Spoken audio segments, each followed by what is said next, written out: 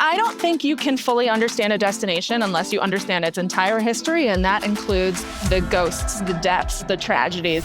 Being a journalist, being a paranormal investigator, you want to seek out mysteries. We are looking for a way to connect with people or spirits. It's a bit of a reassurance that there's something after we die. There's a whole bunch of paranormal TV shows and true crime shows and podcasts. People are really feeling like they want to get to see the things that they're hearing about. It gives you a fuller picture of why a community is the way it is, why a culture is the way it is. Every amazing city has those stories of how you got here, and there's always going to be that dark side. If you ask a traditional ghost hunter, they will tell you that they all kind of absorb the energy from the people that were there, energy of the things that have happened, so like mine collapses, explosions. The Salem witch trials. The Paris catacombs, Tower of London, the Amityville house. You're really embedding yourself into that world. What's your advice for a skeptic? It's important to be mindful of what the history is and respect the history. Don't downplay other people's experiences. All right, here's a question. How to not bring any ghost home with you? If you are concerned about something like that, what you should do when you go in the tour is... A foggy side street at dusk, an eerie hotel hallway, a dimly lit parlor in an old haunted mansion. Hauntings, whether you believe they're real or not, definitely have a vibe. These places stir something in us, the thrill of the unknown, the heavy weight of history, and the sneaking sense that a story is waiting to be told if you're brave enough to explore the realm of the unknown. Our guide on this ghostly journey is travel journalist and former paranormal investigator Jennifer Billock, who has spent countless nights chasing shadows and documenting unexplained phenomena. I'm Angie Orth, and today we'll explore the haunted histories behind some of the most storied locales, from spooky hotels to creepy, bone-filled catacombs. We're uncovering what draws us to the world's most haunted places and how travel connects us to the past in surprising ways. Whether you're a skeptic or a true believer, you'll discover that sometimes the most memorable journeys begin when the lights go out. Jennifer, welcome to the show. Thank you. You have a very interesting background that I want to hear about because, as I understand it, you're a travel writer. Yes. You're a journalist. Yes. But before, you were something else. I was a paranormal investigator. We had a company called Air Paranormal, and we investigated places in Wisconsin and Illinois. So did you find a lot of paranormal activity in those locations? We did. There is stuff everywhere in the Midwest. It's crazy. And what made you change from that to travel journalism? I realized after our group broke up that staying up all night doing an investigation and then listening to 8 hours of audio the next day was not something I enjoyed. So I thought, well, what's the best way I could do this? Do both of these things, you know? And so then I just started writing about it instead. And I'm like, I get a lot more sleep now. It makes sense. Yeah. Well, and being a journalist, being a paranormal investigator, you've got the mind for questions and you want to seek out mysteries. So I imagine there's a lot of overlap. There is quite a bit of overlap, yeah, especially if you're doing a ghost tour and you're doing like the EVP sessions where you've got the recorder and you're asking little questions. Like one is, there's a whole bunch of like paranormal TV shows and true crime shows and podcasts and radio segments and all of that kind of stuff. So people are really feeling like they want to get to see the things that they're hearing about. I also think that post-pandemic, a lot of us are just a lot darker. And we are looking for a way to connect with people or spirits who have gone through the same kind of traumatic situation that we have, whether it's like someone who died in the plague or even like Holocaust tourism or even just going to like a murder house like Amityville horror kind of situation, I feel like there's a lot of trying to connect that way. And also it's a bit of a reassurance that there's something after we die that we can enjoy. So for people who have never been on a ghost tour, what can they expect? So they're very fun. So basically what you do is you are either walking or you're in a van or a bus or something, and you go from spot to spot, and they tell you about the history and about what happened there and about the spirits there.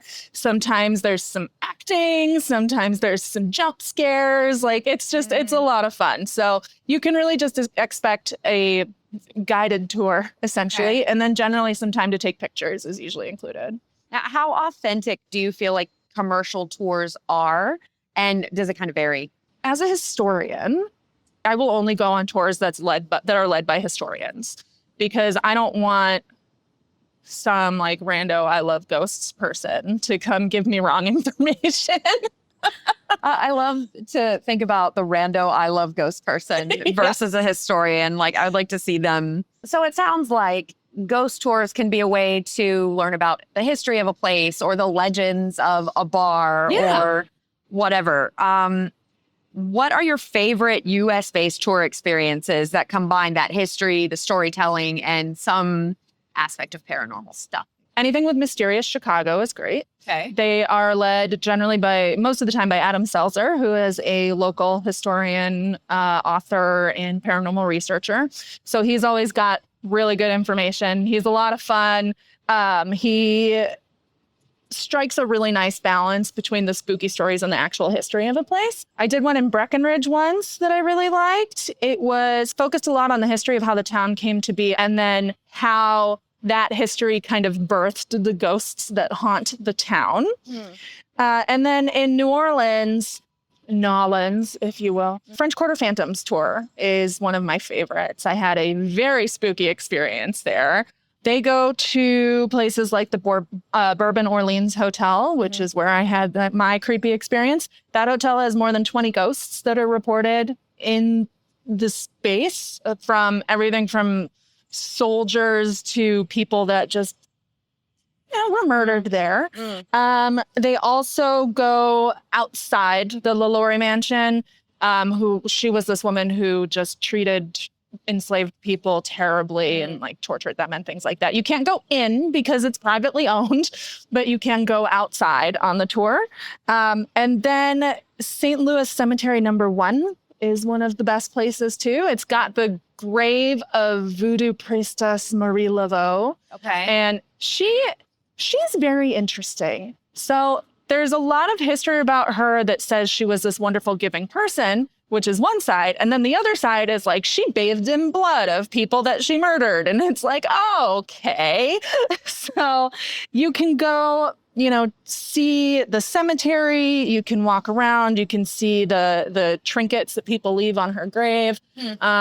So yeah, those are some good places to start. Let's talk about your scary experience that you had in New Orleans. It was at the Bourbon Orleans Hotel. So we were up in the ballroom, and there's a set of doors on the wall that open out to nothing. So there once was a balcony there. There's not anymore. But I kept seeing like faces go by outside the windows. So I'm taking pictures. This is the thing when you are ghost hunting, is you want to take a bunch of pictures all in a row in the same spot, because then you'll see like little variations. So I did that. Picture. And in one of them, this face shows up. Oh, I get chills thinking about it. It was so cool. This face shows up, and I've like looked all around the room. I tried to debunk it. I tried to figure out what it could be a reflection of. And it's just this face hovering outside the window. It was so spooky. And then I was like, well, I've had a lovely time here.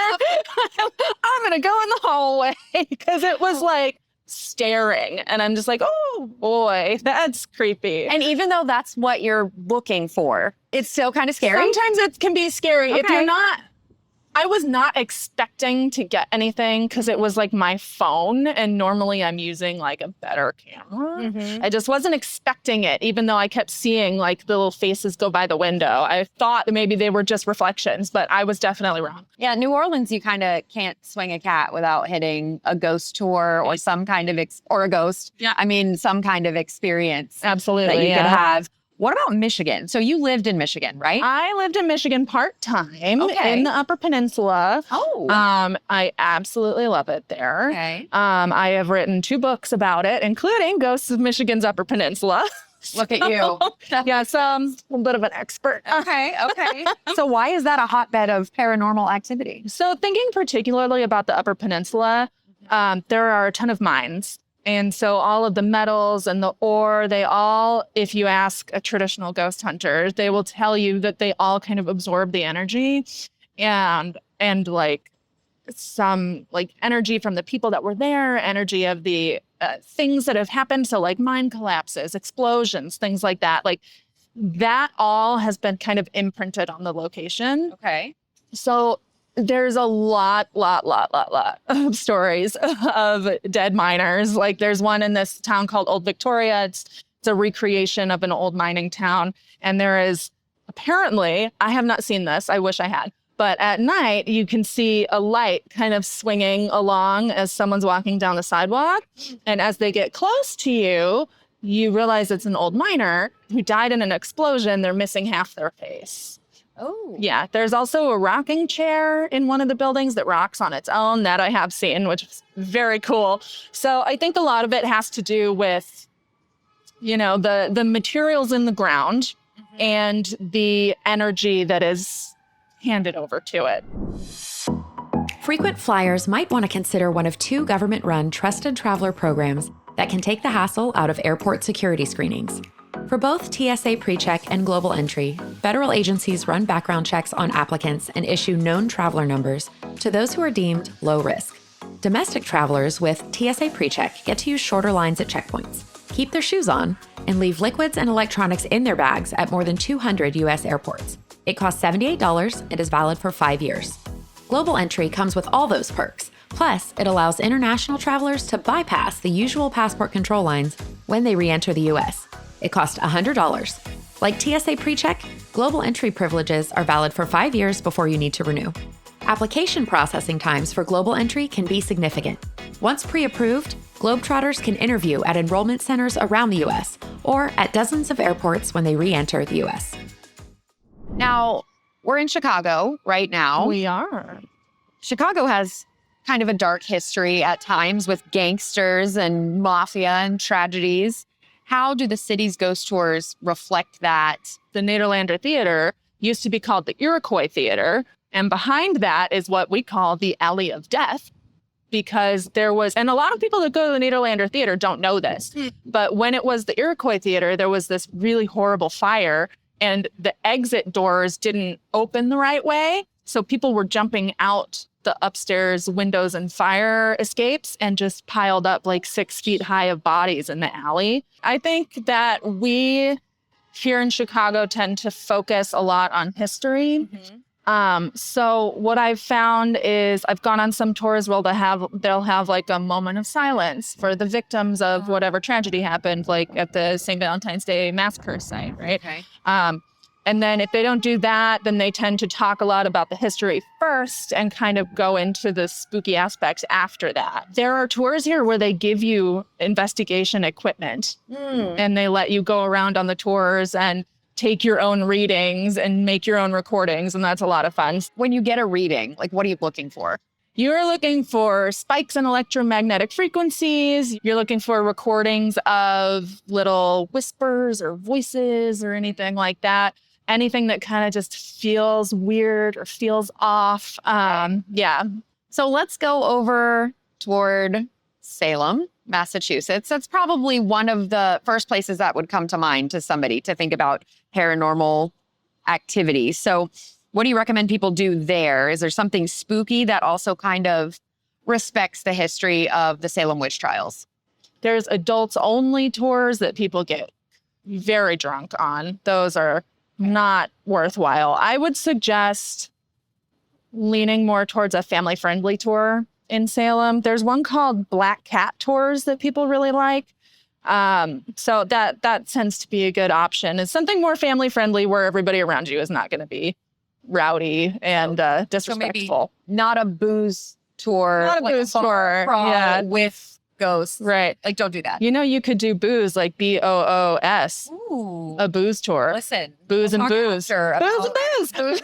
Let's talk about South Dakota, because that might surprise some people as a popular ghost tour destination. What paranormal experiences should folks look for? One of the main ones is Deadwood. Deadwood. That Yes. sounds So obvious. have you seen the TV show? No. No? Okay. So it's based on the lives of Wild Bill Hickok, Calamity Jane, all of that during the Gold Rush era. They were all real people. They're not just a TV show or a movie or a book. There's a million of them. But they all lived in Deadwood, South Dakota. And they are all buried there. You can see, like, people have left trinkets on their graves. You can go to where Wild Bill Hickok was killed.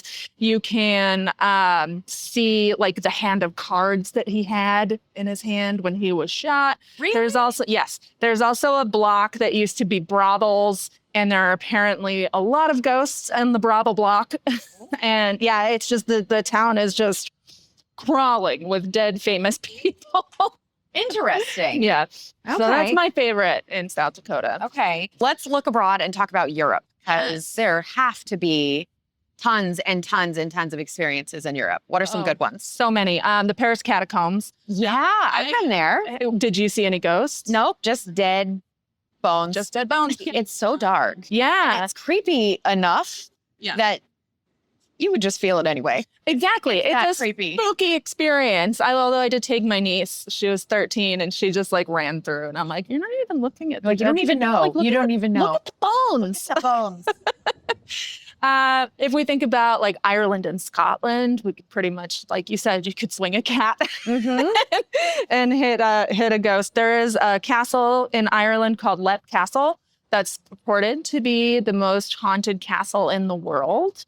It is privately owned, and I love the website. This is so very like countryside Ireland to me. You go to the website, and the owner just has his phone number and email on the website. And he's like, book a tour with me. Call if you want to swing by. Exactly. Meet a ghost. Yeah. So you can go there. You can see, you can do a ghost tour. There's apparently a ghost priest. There is the oubliette from castles, which I lovingly call the murder hole, where you would like basically drop things onto people from above. And there are stories of someone putting their hand over the oubliette hole and then another hand reaching up and grabbing it from the ground. Oh, it's so cool. I don't want to do that. Yeah, I do. And then London, obviously, the Tower of London and things like that. That was my first sort of ghosty tour I ever did. I did a Jack the Ripper tour, which I guess wasn't really a ghost tour. It was more of a scary Jack the Ripper history. No, and some crazy man jumped out of the darkness. And I think that's probably why I don't do ghost tours, because that scared me to death. Yeah? Yes, it did. And like I said, I'm not as into getting scared as you are. I love it. Well, it's good that you didn't see the ghost carrying its own head. No, that probably would have frightened me out of London forever. Yeah. Okay, so are there any destinations that people maybe don't think about as ghost tour, paranormal tourist spots, but that are like emerging? Because we think of New Orleans, we think of Chicago. What are some places people might not think of? So a lot of smaller towns and smaller cities are starting their own ghost tours, which I find to be completely fascinating. There's one in the suburbs of Chicago. I have to go on this tour. So places in Wisconsin and Illinois, actually all over the country, where if you go somewhere, just like Google local ghost tour with the name of the town. And I like that because the smaller towns, I feel like, have historically been overlooked. There's also a big rise right now in true crime tourism. Yeah. So going to see murder sites, going to see homes, going to see the Amityville house, things like that. So those are pretty popular. That brings me to sort of the next point, and that's about etiquette. Sure. Because sometimes we're on a ghost tour and it's just fun and silly, but sometimes it's attached to a historical event or a real murder or, Jack the Ripper. And maybe that seems far away to us now, but it really happened. Yeah. So what's the etiquette there in being a respectful paranormal tour taker? Well, don't be a jerk, first of all. Don't be loud. Don't be boisterous. Don't be drunk, that kind of thing. It's important to be mindful of what the history is and respect the history. And, don't downplay other people's experiences, because I've seen that happen a lot. If you're a skeptic, yeah. what's your advice for a skeptic? Is it kind of just be kind of yeah, just go with it. Just go with it. If someone tells you something happened, like, be like, yeah, that's awesome. And also another really important etiquette thing on ghost tours that I need to learn more about myself is to not be the person monopolizing the host time with all your questions, because that's definitely me. And I know that it's rude, but I can't stop. This is me on a Jane Austen tour. I'm like, give me all the details. And people are like, what are you talking about, lady? I'm just here about the movie. All right, here's a question. How to not bring any ghosts home with you? And this is a question I think of because in the Haunted Mansion at the Magic Kingdom, at the end, it's like, be careful you don't take the ghost home with you. So that's sort of my experience with, you get the little guy in your car and you look in the mirror and they're in the little ride vehicle with you. Yeah. How do we not do that? So this to me is extremely rare. I have not really heard of too many credible experiences about this. Generally, no.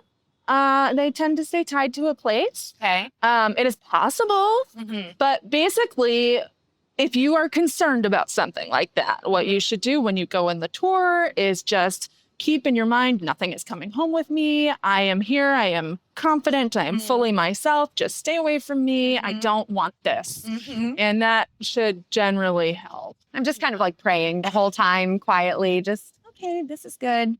I'm good. We're safe. Yeah. Dear Lord. Yeah. Yeah. We all have our different ways of coping. I'm in there and I'm like, come on, let's go. Ghosts. Yes. We're having very different experiences. If you start to feel weird, or if you notice that someone you're with is acting very strange, take them out of the room. Like, don't leave your sister in Vicksburg forever.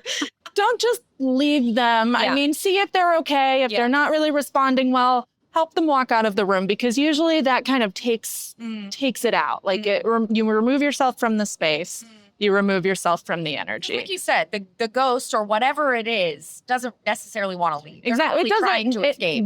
Maybe it can't leave, right? Some don't want to leave, some can't leave. I mean, if I was a ghost, I would hope that I could leave, because I would go everywhere. I would go everywhere. Oh yeah, I would. don't really know what the limitations of ghost travel. But if you could just go everywhere, I would just go everywhere. Yeah, I would definitely. I would haunt everyone I know.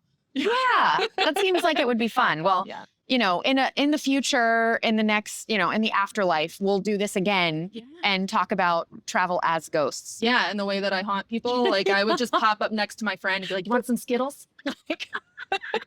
I believe that you would. Yeah. So, what is your elevator pitch for exploring the spookier side of a destination? Sell me.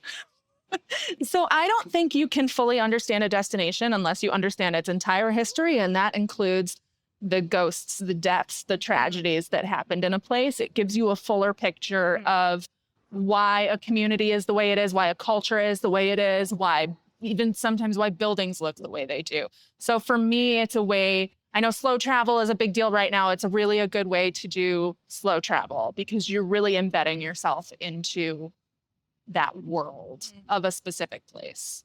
That's such a good point, that even if you're not into the scary part of it, there is the history part. And every place, like you said, has a dark side. Every place, every amazing city like Chicago has those stories of how you got here, and the South. And there's always going to be that dark side. And so it helps to know that, because then we don't repeat, right? That's the importance of learning the dark history. And I mean, you don't ever want your vacation to be all about the sad things and the dark things, but it is good to include in a well-rounded itinerary. Exactly. Okay. The spookiest thing I've ever seen in that alley is a bunch of people on Segways coming at me.